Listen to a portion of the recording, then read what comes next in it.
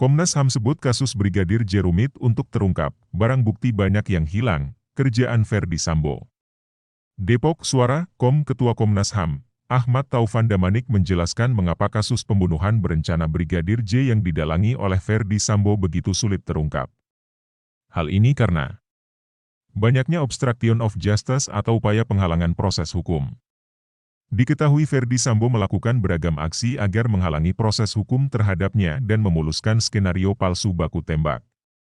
Bahkan sebanyak 90 lebih anggota polisi terseret, beberapa di antaranya terancam pidana dan dipecat dari Polri.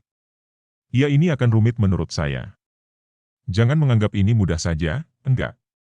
Menurut saya rumit, ujar Taufan saat dihubungi Suara.com pada Rabu, 14 September 2022.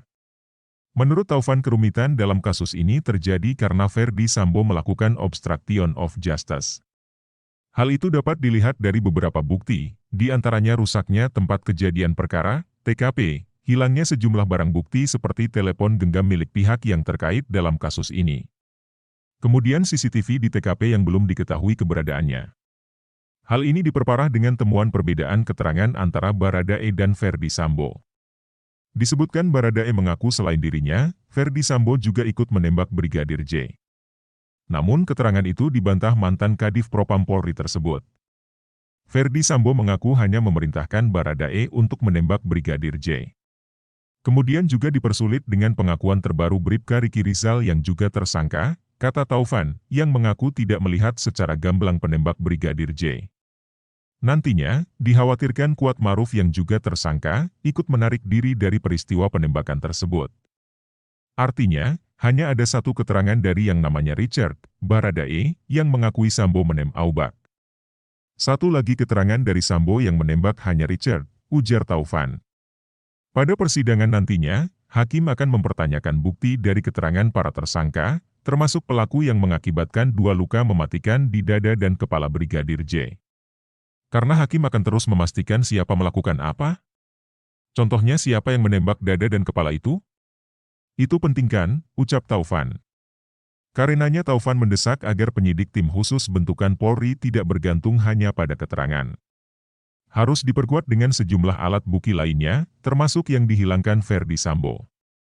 Sebab ada suatu yang kacau balau, CCTV dalam rumah hilang, itu kerjaan Sambo. Itulah yang saya sampaikan secara keseluruhan untuk menggambarkan rumitnya pembuktian di pengadilan, kalau hanya bergantung pada keterangan-keterangan, imbuh Taufan.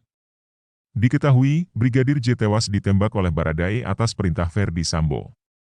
Kejadian itu berlangsung di rumah dinas Ferdi Sambo yang berada di Duren 3, Jakarta Selatan pada Jumat, 8 Juli 2022, lalu. Dalam kasus ini 5 orang ditetapkan sebagai tersangka, mereka adalah Ferdi Sambo, istrinya Putri, Baradae, Bribka Riki Rizal, dan Kuat Maruf. Penyidik tim khusus Polri menjerat Baradae dengan pasal 338 KUHP tentang pembunuhan Yungto, pasal 55 KUHP dan 56 KUHP. Sedangkan Bribka RR, KM Ferdi Sambo dan istrinya Putri dijerat dengan pasal 340 tentang pembunuhan berencana subsidiar, pasal 338 Yungto, pasal 55 dan pasal 56 KUHP. Dengan ancaman hukuman lebih tinggi dari Baradae, yakni hukuman maksimal 20 tahun penjara atau pidana mati. Sumber, Suara.com